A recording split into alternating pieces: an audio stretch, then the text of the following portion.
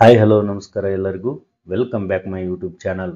ಈ ಒಂದು ವಿಡಿಯೋದಲ್ಲಿ ಒಂದು ಮಹತ್ವದ ಒಂದು KPSC ಇಂದ ಪ್ರಕಟಣೆಗೊಂಡಿದೆ. ಆ ಪ್ರಕಟಣೆ ಏನಪ್ಪಾ ಅಂತಂದ್ರೆ PDO ಪಂಚಾಯತ್ ಡೆವಲಪ್ಮೆಂಟ್ ಆಫೀಸರ್ ಇದಕ್ಕೆ ಸಂಬಂಧಿಸಿದ ಹಾಗೆ 1:3 ಡಾಕ್ಯುಮೆಂಟ್ ವೆರಿಫಿಕೇಶನ್ ಅನ್ನ ಬಿಟ್ಟಿದ್ದಾರೆ. ಸೊ ಅದರ ಒಂದು ಕಂಪ್ಲೀಟ್ ಮಾಹಿತಿಯನ್ನ ನಾನು ಈ ವಿಡಿಯೋದಲ್ಲಿ ನಾನು ಮಾಹಿತಿಯನ್ನು ನೀಡ್ತೀನಿ. ಅದಕ್ಕೂ ಮುಂಚೆ ಯಾರೆಲ್ಲ ಇದೆ ಮೊದಲು ನನ್ನ ಯೂಟ್ಯೂಬ್ ಚಾನಲ್ ಅನ್ನು ನೋಡ್ತಾ ಇದ್ರೆ ದಯವಿಟ್ಟು ಸಬ್ಸ್ಕ್ರೈಬ್ ಮಾಡಿಕೊಂಡು ಪಕ್ಕದಲ್ಲಿ ಕಾಣುವ ಬೆಲ್ ಬಟನ್ ಮೇಲೆ ಕ್ಲಿಕ್ ಮಾಡಿ ಆಲ್ ಅಂತ ಸೆಲೆಕ್ಟ್ ಮಾಡ್ಕೊಳ್ಳಿ. ಸ್ನೇಹಿತರೆ, ನೀವು KPSC ವೆಬ್ಸೈಟ್ ಸರ್ಚ್ ಮಾಡಿದಾಗ ಇಲ್ಲಿ ಲೆಫ್ಟ್ ಸೈಡ್ ಅಲ್ಲಿ ಹೊಸದು ಏನು ವಾಟ್ ಈಸ್ ನ್ಯೂ ಅಂತಿದೆಯಲ್ಲ, ಅದರಲ್ಲಿ ನಮಗೆ ಈ ರೀತಿ ನ್ಯೂ ನೋಟಿಫಿಕೇಶನ್ ಕಾಣ್ತಾ ಇದೆ. ದಿನಾಂಕ 15/3/2024ರಲ್ಲಿ ಆಯೋಗವು ಅಧಿಸೂಚಿಸಲಾದ ಗ್ರಾಮೀಣಾಭಿವೃದ್ಧಿ ಮತ್ತು ಪಂಚಾಯತ್ ರಾಜ್ ಇಲಾಖೆಯಲ್ಲಿನ ಪಂಚಾಯತ್ ಅಭಿವೃದ್ಧಿ ಅಧಿಕಾರಿ HK ಹುದ್ದೆಗಳಿಗೆ, ಅಂದ್ರೆ ಈ ಒಂದು ವಿಡಿಯೋದಲ್ಲಿ ಮಾಹಿತಿ HK ವಿದ್ಯಾರ್ಥಿಗಳಿಗೆ ಸಂಬಂಧಿಸಿದ್ದಾಗಿರುತ್ತೆ. ನಾನು HKಗೆ ಇನ್ನೂ ಬಿಟ್ಟಿಲ್ಲ, ಬಿಟ್ಟಾದ ನಂತರ ನಾನು ಮಾಹಿತಿಯನ್ನ ನೀಡ್ತೀನಿ. ಸೊ ಇಲ್ಲಿ ಹುದ್ದೆಗಳಿಗೆ 1:3 ಅರ್ಹರಾದ ಅಭ್ಯರ್ಥಿಗಳ ಮೂಲ ದಾಖಲೆಗಳ ಒಂದು ಪರಿಶೀಲನಾ ವೇಳಾಪಟ್ಟಿಯ ಒಂದು ಪ್ರಕಟಣೆಯನ್ನ ಬಿಟ್ಟಿದ್ದಾರೆ. ಹಾಗೆಯೇ ಇಲ್ಲಿ ಇನ್ನೊಂದು ಪ್ರಕಟಣೆ ಇದೆ. ಇಲ್ಲಿ ದಿನಾಂಕ 15/3/2024ರಲ್ಲಿ ಆಯೋಗವು ಅಧಿಸೂಚಿಸಲಾದ ಗ್ರಾಮೀಣಾಭಿವೃದ್ಧಿ ಮತ್ತು ಪಂಚಾಯತ್ ರಾಜ್ ಇಲಾಖೆಯಲ್ಲಿನ PDO ಹುದ್ದೆಗಳ ಒಂದು ಕ್ಯಾಂಡಿಡೇಟ್ಗಳ ಒಂದು ಪಟ್ಟಿಯನ್ನು ಅವರು ಇಲ್ಲಿ ಬಿಟ್ಟಿದ್ದಾರೆ. ಸೊ ನಾವು ಇವೆರಡನ್ನು ಕೂಡ ನೀಟಾಗಿ ನೋಡ್ಕೊಳ್ಬೇಕಾಗುತ್ತೆ. ಮೊದಲನೆಯದಾಗಿ ಇಲ್ಲಿ ಪ್ರಕಟಣೆ ಏನಿದೆ, ಈ ಪ್ರಕಟಣೆ ದಿನಾಂಕ 12/8/2025ಕ್ಕೆ ಬಿಡುಗಡೆ ಆಗಿರುತ್ತೆ.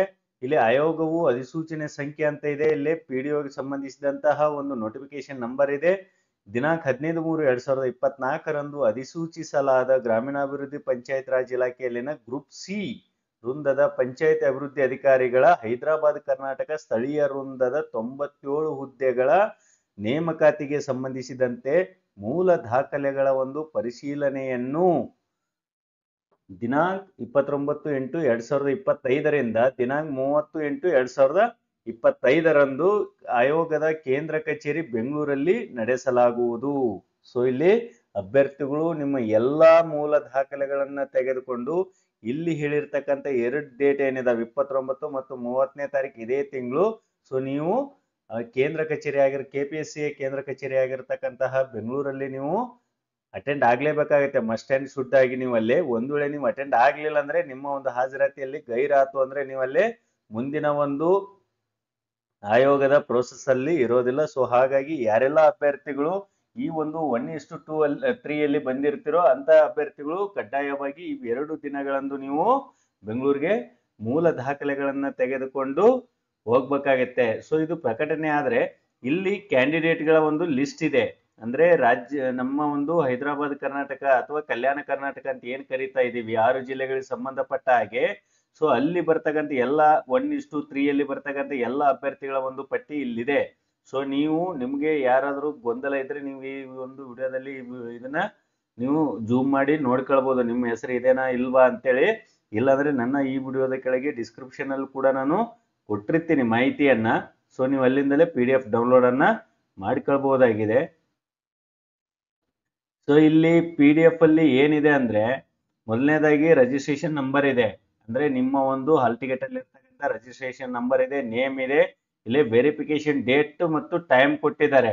ಅಂದ್ರೆ 29 ಮತ್ತು 30ನೇ ತಾರೀಕಿಗೆ ಇದಲ್ಲ, ಅಲ್ಲಿ ಎರಡು ಡೇಟಿಗೂ ಕೂಡ ನಿಮ್ಗೆ ಯಾವ ಡೇಟಿಗೆ ನೀವು ಅಟೆಂಡ್ ಆಗ್ಬೇಕಂತ ಕೂಡ ಅವರು ಇಲ್ಲಿ ಕೊಟ್ಟಿದ್ದಾರೆ. ಮತ್ತು ಬ್ಯಾಚ್ 2 ಬ್ಯಾಚ್ಗಳನ್ನಾಗಿ ಮಾಡಿರ್ತಾರೆ, ಬ್ಯಾಚ್ 1 ಮತ್ತು ಬ್ಯಾಚ್ 2 ಅಂತ. ನೀವು ಯಾವ ಬ್ಯಾಚ್ ಅಂತೇಳಿ ಫಸ್ಟ್ ದಿನ ಇರೋರು ಫಸ್ಟ್ ಬ್ಯಾಚ್, ಸೆಕೆಂಡ್ ದಿನ ಇರೋರು ಸೆಕೆಂಡ್ ಬ್ಯಾಚ್ ಅಂತ, ಅಥವಾ ಮಧ್ಯಾಹ್ನ ಬೆಳಗಿನ ಅವಧಿಯಲ್ಲಿ ಅವರು ಮಾಡಿರ್ತಾರೆ. ಸೊ ಹಾಗಾಗಿ ನೀವು ಮಸ್ಟ್ ಅಂಡ್ ಶುಡ್ ಆಗಿ ಈ ಒಂದು ಲಿಸ್ಟ್ ಅಲ್ಲಿ ಇರ್ತಕ್ಕಂತಹ ಅಭ್ಯರ್ಥಿಗಳು ಕಡ್ಡಾಯವಾಗಿ 29 ಮತ್ತು 30ನೇ ತಾರೀಕಿಗೆ KPSC ಕೇಂದ್ರ ಕಚೇರಿ ಆಗಿರ್ತಕ್ಕಂಥ ಬೆಂಗಳೂರಲ್ಲಿ ನೀವು ಮೂಲ ದಾಖಲೆಗಳೊಂದಿಗೆ ಹಾಜರಾತಿಯನ್ನು ಪಡೆದುಕೊಳ್ಳುವುದು ಕಡ್ಡಾಯವಾಗಿರುತ್ತೆ. ಸೊ ಇದಕ್ಕೆ ಯಾವೆಲ್ಲ ದಾಖಲೆಗಳನ್ನ ತೆಗೆದುಕೊಂಡು ಹೋಗಬೇಕು, ಮೂಲ ದಾಖಲೆಗಳನ್ನಂತ ನಾನು ಇನ್ನೊಂದು ವಿಡಿಯೋದಲ್ಲಿ ತಿಳಿಸ್ಕೊಡ್ತೀನಿ. ಈ ವಿಡಿಯೋ ಒಂದ್ ವೇಳೆ ನಿಮ್ಗೆ ಇಷ್ಟ ಆಗಿದ್ರೆ ದಯವಿಟ್ಟು ಲೈಕ್ ಮಾಡಿ, ಶೇರ್ ಮಾಡಿ, ಹಾಗೆ ಸಬ್ಸ್ಕ್ರೈಬ್ ಮಾಡಿ ಅಂತ ಹೇಳ್ತಾ ಎಲ್ಲರಿಗೂ ವಂದನೆಗಳು.